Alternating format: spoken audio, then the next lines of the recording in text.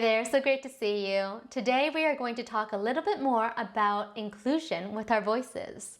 Why is it even important to be inclusive with our voices? The thing is that most of us are speaking to diverse audiences these days, or international audiences.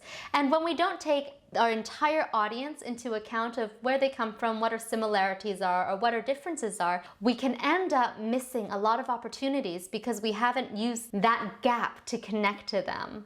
You can see this as a gift because at the end of the day when we're communicating, it's all about connecting with other people. The more trust you build, the better rapport you have. And when you have that type of connection with a person, you know that they are going to be listening to you because they want to be listening to you. Not because they've been coerced or not because they just need to be on this call anymore, but because they have a connection with you. When we are more inclusive with our voices, we create safer spaces for people to share their opinions, for people to actually have discussions and let it go somewhere, where we don't feel like that we are always stepping on eggshells, tiptoeing around, and so that we can actually be heard for the things that we think.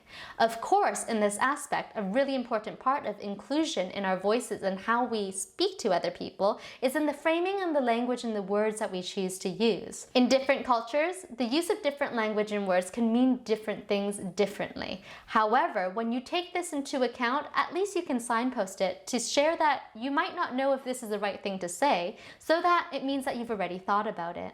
That is inclusion in itself. And when you start to use this type of tactic into everything that you are saying to make it more inclusive, people feel more included. People feel like they are a part of the team. People feel like that they can be a part of the discussion without saying the wrong thing, or that even if they do, they can signpost it.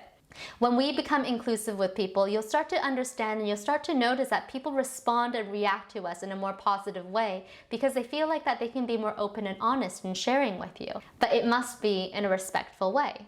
That is where the trust and rapport actually builds. And when we start to think about the vocal aspect of it and the qualities of voice that we use, what type of person are we speaking to? Do they like it to be more assertive, borderline aggressive, or shall we go to a more softly spoken type of place? These are the things that we need to check into all the time as we are speaking. But most importantly, we need to be connected with everything inside ourselves so that when we're picking up all this information, that we're still connected to our voice at the same time.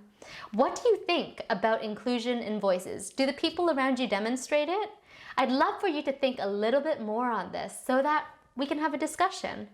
Feel free to join our Facebook group here, the link's down below that you can click, and it's a supportive community where you can share your ideas and share the things that you have been coming up against, and also just share your curiosities. If we don't talk about this, it's really hard to build on our own experiences and to improve our communication. So I urge you, start thinking about it, and I'm looking so forward to hearing from you. Make sure you subscribe to our channel and also hit that notification bell so you know when a new video uploads. I can't wait to see you next time, and take care for now. Bye!